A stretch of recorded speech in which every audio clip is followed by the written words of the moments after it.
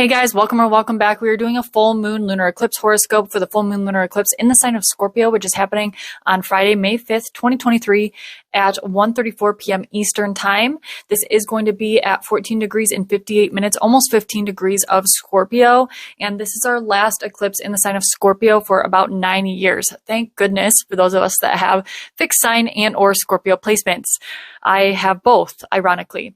But this eclipse is definitely major endings and it's illuminating something in our chart. You're definitely going to want to pay attention to where 15 degrees of Scorpio is in your chart, but it's major endings with erratic changes that are pushing us out of our comfort zones and into new beginnings, because Scorpio represents death and rebirth. Always keep that in mind.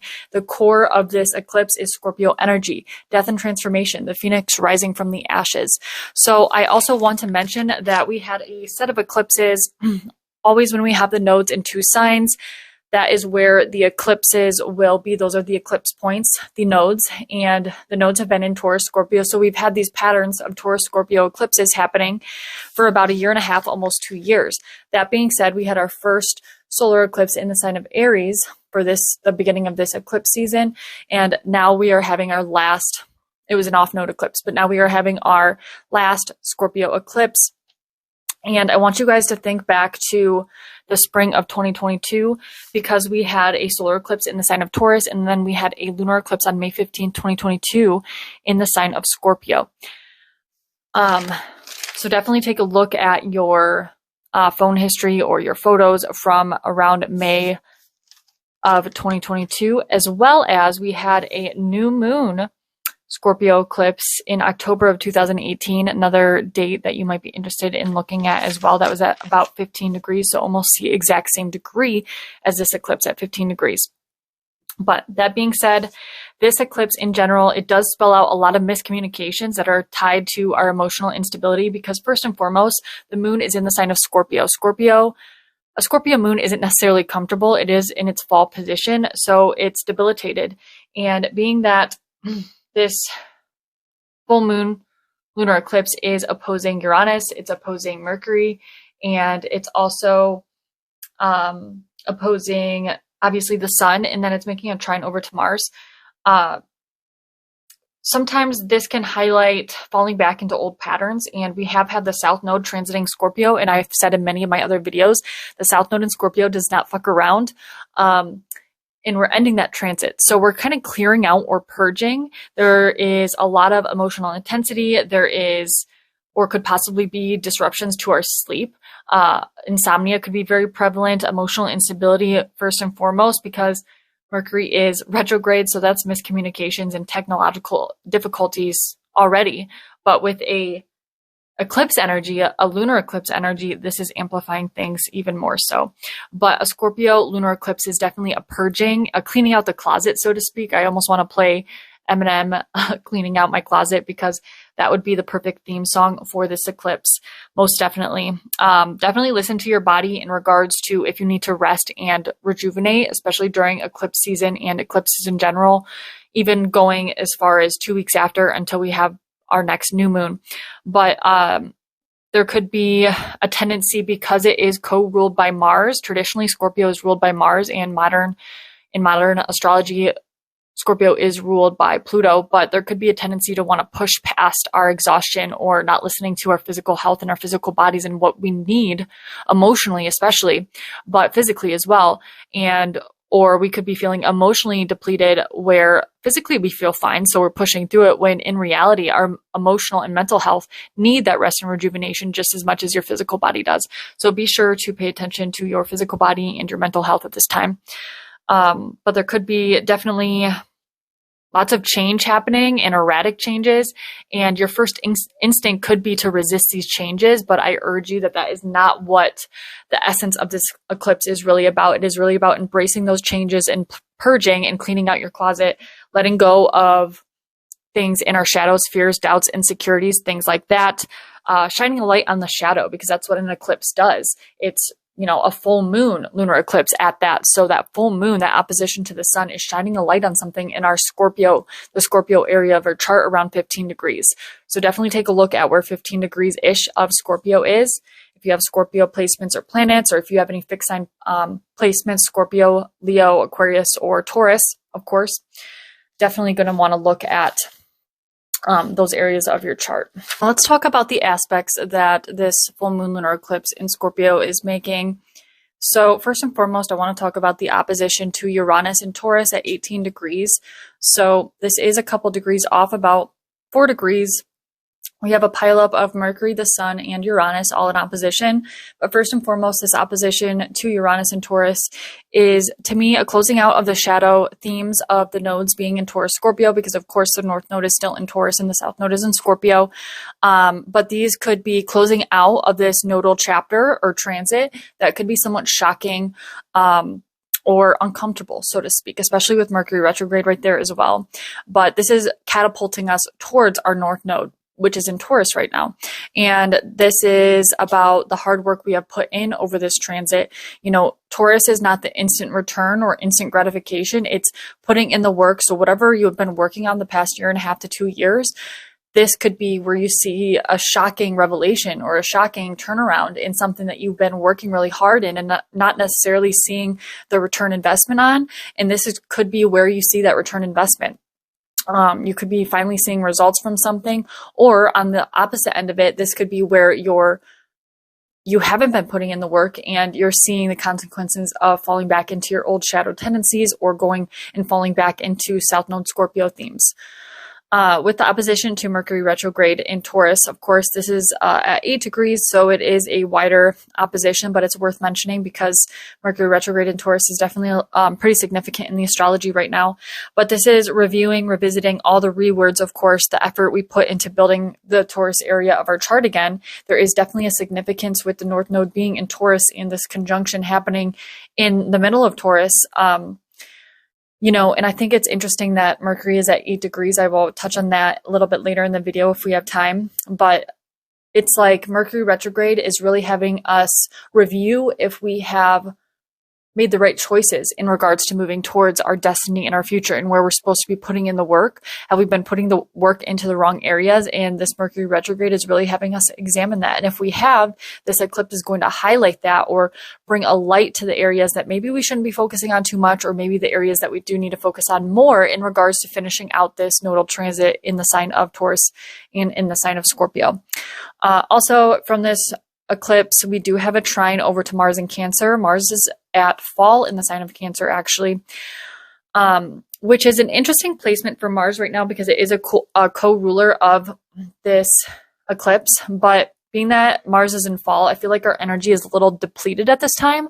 We could be feeling physically drained. But like I said, with this eclipse energy in general, there's sometimes a want or need to just continue to push on. And I do think that will be beneficial for us in the long run as far as putting in the work to things. I think that's good, but at the same time, we have to remember to rest and rejuvenate and recover, getting the proper amount of sleep and utilizing things like meditation and prayer and drinking enough water, eating healthy foods, things like that could definitely be extremely important at this time. And utilizing our creative pursuits, especially too, because we could be feeling I don't want to say creatively blocked because the creative energy is definitely there with all this water energy. We actually do have a loose grand water trine.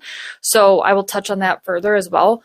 But I feel like it's almost like it's not noticed right now because of how chaotic the energy and everything in the matrix is at the moment. It's like we're not focusing on our creative pursuits, and that could potentially be an outlet for us with Mars and Cancer. Mars is motivated in the sign of Cancer to utilize things like the arts and creativity and spirituality, honing in on your gifts and, channeling messages from spirit in different ways, whether that be painting or scrying or just meditation, plain meditation. But definitely utilize things like creativity in your spiritual practices at this time. Now, the dispositor, I always go with the modern ruler. The dispositor of this eclipse is the planet Pluto at 0 degrees of Aquarius. As we know, Pluto did just station retrograde for the first time in Aquarius. And Pluto retrograde is really wanting us to die and be reborn. Or once Pluto goes direct, that will be the rebirth. Right now, the 6-month transit of Pluto being in retrograde is really about the death and purging process. So that's amplifying the death portion of Scorpio and Pluto and purging out the things that are no longer in alignment, letting go of the shadows and being able to integrate that North Node Taurus. And with Jupiter there as well, Jupiter in Aries is about to transit into the sign of Taurus. So it's going to meet up with the North Node. We're actually getting pretty close to that transit as we speak. But this is remembering to take what we've learned from the South Node Scorpio and purging them. No longer holding on to the past, no longer holding on to our shadows and insecurities, fears, doubts, and all those dark, dark themes of South Node Scorpio as the South Node moves into Libra in July. I also just want to touch on the square from Pluto to Jupiter. So Jupiter is squaring Pluto at 27 degrees. I'm sorry, I cannot think or talk today. Apparently Mercury retrograde is really hitting me. Pluto retrograde is squaring Jupiter, and Jupiter is at 27 degrees and the North Node is at 3 degrees. Like I said, that conjunction is going to be happening shortly. I'll do a separate horoscope for that transit in particular, but Pluto squaring Jupiter can really bring up the themes of wanting to dominate, and it can bring up like greed and the financial systems, especially when we're talking about signs like Taurus and Scorpio. There's definitely financial aspects. Now, when we're talking about Pluto and Aquarius, that is a collective theme. So I wouldn't be surprised with this lunar eclipse that we see financial institutions crashing, or things in the stock market, or things to do with large amounts of money for large amounts of people. This could be people wanting to take control of your money, or anything that has to do with large groups of people, Aquarius. And being that Jupiter is about to conjunct the North Node in Taurus, they're in separate signs right now because Jupiter is in the sign of Aries and the North Node is in Taurus. When they cross over, it's almost like you're blending the two together. So it's like an ego drive of Aries, and the Taurus is the money aspect of it. So there could be some greed, but I wouldn't be surprised if we see something to do with financials in the collective. But really, this square from Pluto to Jupiter individually, it can transform our belief systems if we're utilizing it correctly. Squares can be very motivating, especially a square to Jupiter, because a square to Jupiter isn't necessarily going to be a bad thing because it's the big benefic. And a square from Pluto to Jupiter can eliminate the greed, ego, and it can integrate that North Node Taurus, and it can eliminate our selfish desires. It can make us become aware of our selfish desires, especially being in the sign of Aries, and it can eliminate the greed and the ego drive for desires or money, or things that are basically just ego based. The other aspect from the dispositor Pluto at 0 degrees of Aquarius is a sextile to Neptune and Pisces, and I really like this sextile. But this is just reminding us to stay on our spiritual path. I've said it many times before, but when we have Neptune in the sign of Pisces, it's Piscean energy times 1,000, and it can sometimes be a little bit foggy. So if it was a trine, it would kind of make things a little more illusionary or delusional, so to speak. But because it is a sextile, it's a supporting aspect that's not too easygoing. It's a sextile, so it's a 60-degree aspect. It's reminding us to stay on our spiritual path and not getting caught in those earthly desires with that square from Jupiter to Pluto, and use our spirituality as an outlet. So like I said, utilizing things like meditation, also resting and rejuvenating, drinking lots of water, connecting to source energy, God, your higher power, guides, angels, etc. I wouldn't recommend really tapping into things like ritual during an eclipse. I'm sure you guys have heard other astrologers or me talk about it before, but eclipse energies are very faded and very potent, and we don't really know how things like magic or manifestation are going to turn out. So I would highly discourage using things like that. Now, that being said, you can always just light a offertory candle for the gods or your higher self, your angels, guides, God, etc., or just for the moon in general, the sun and moon. But I wouldn't utilize things like manifestation, but just tapping into the messages that your guides and angels or God have for you could be especially beneficial for you at this time with that sextile from Neptune. Now I want to briefly touch on Venus. Venus, as we know, is in the sign of Gemini at 27 degrees at the time of this eclipse. And Venus is making a supporting aspect to Jupiter I was telling you about at 27 degrees of Aries, and this is an exact aspect because they're both at 27 degrees. So I feel like love and relationships, as well as our money and finances, could find some benefit in this if we're looking at the Gemini and the Aries areas of our chart around 27 degrees, because there is a confidence in Jupiter and Aries. And when it's integrating a sextile 60-degree aspect with Venus and Gemini, it's like integrating with other people could be extremely beneficial for us and not hermiting away with our Pluto and Aquarius tendencies, especially being retrograde Pluto.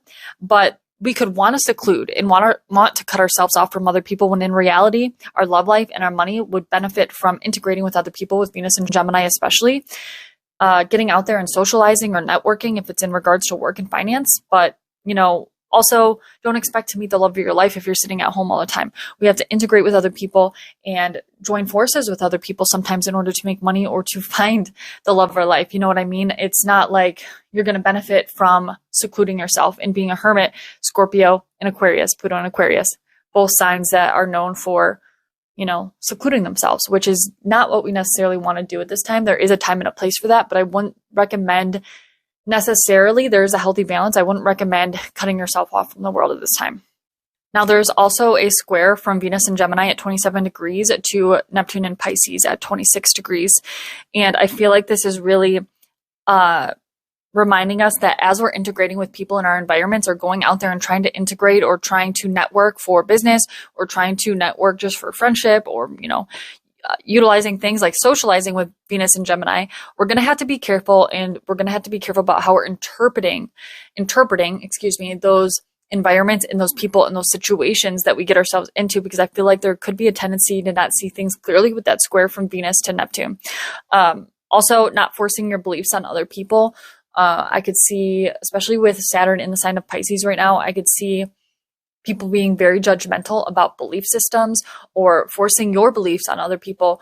Definitely want to shy away from things like that. I don't know why I saw that. It just kind of came intuitively to me with that square from Venus and Gemini to Neptune and Pisces. But I feel like there could be a tendency for judgment on either other people's parts or your part. So just be careful about how or who you're telling your spiritual beliefs to, how you're portraying them, and just be sure that you're staying true to yourself and your values. Venus is values. So definitely want to err on the side of caution when it comes to belief systems. And then I want to touch on Mars. Of course, this eclipse is co-ruled by Mars, because Mars is traditionally ruled by Scorpio. And there is a sextile to Uranus at 18 degrees. Now, 18 degrees is a archaic degree, so to speak. It's not necessarily one of the best degrees to have Uranus at, because it can bring disruptive changes. That is, it's kind of like the kill or killed degree. It's not the happiest of degrees, but I feel like if we can push past our insecurities or any shocking revelations we might have at this time with Uranus and Taurus, things about how we want to build for the future or how things are supposed to look, Uranus is going to shake that up. But with that sextile from Mars and Cancer, I feel like pushing past our insecurities and pushing past wanting to do things a certain way, we can get insights, downloads, and revelations that will come very fast and intuitively to us, probably through the element of air, through our mind, or intuitive insights. Mars and Cancer is watery, so it could be through creative pursuits. But if we're pushing past the way that things have to look a certain way, or the way that we think it was supposed to be, or how we were supposed to build something, if we can push past those fixed ways of being, we can have revelations on how to move forward towards North Node in Taurus and build things maybe in a different way than what we originally thought.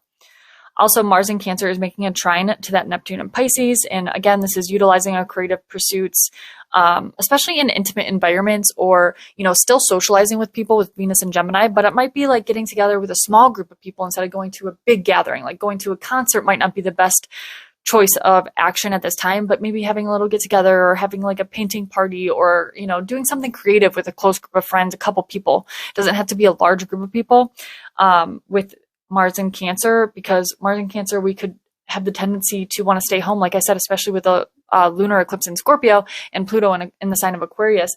I feel like there's lots of introverted energy going on, and this is where you have to kind of push past that introverted energy and integrate with other people. But it doesn't necessarily have to be on with a large scale of people. It can be with a smaller group, intimate group of people where you're utilizing creative pursuits or just doing something that is with a spiritual undertone to it, if that makes sense. Also, Jupiter, of course, I did mention Jupiter is almost conjunct that North Node in Taurus, so more on that later.